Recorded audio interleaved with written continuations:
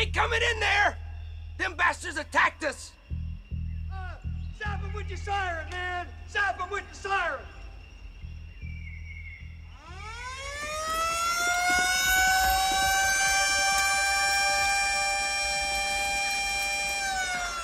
There's mine's over there too! And watch out, those goddamn monkeys bite you, I'll tell you. Ah, that's a pretty one. Move it right in toward me.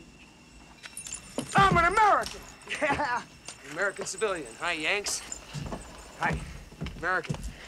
American civilian, it's all right. And you got the cigarettes, and that's what I've been dreaming of. Chef. Who are you? Who are you?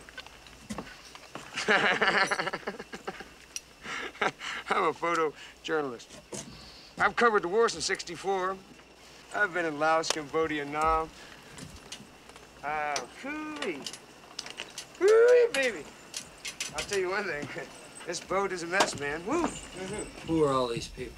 Yeah, well, they think you've come to take him away. And I hope that isn't true. Take who away? Him. Colonel Kurtz. These are all his children, man, as far as you can see.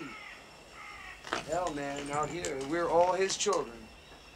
Could we, talk to Colonel Kurtz?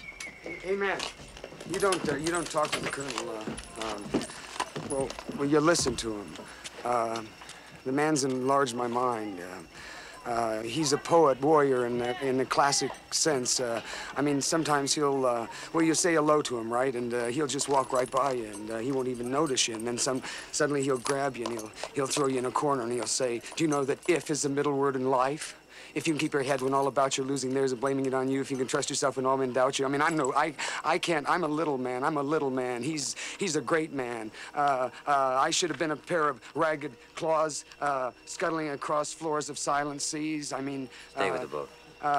Hey, don't go without me, okay? I want to get a picture.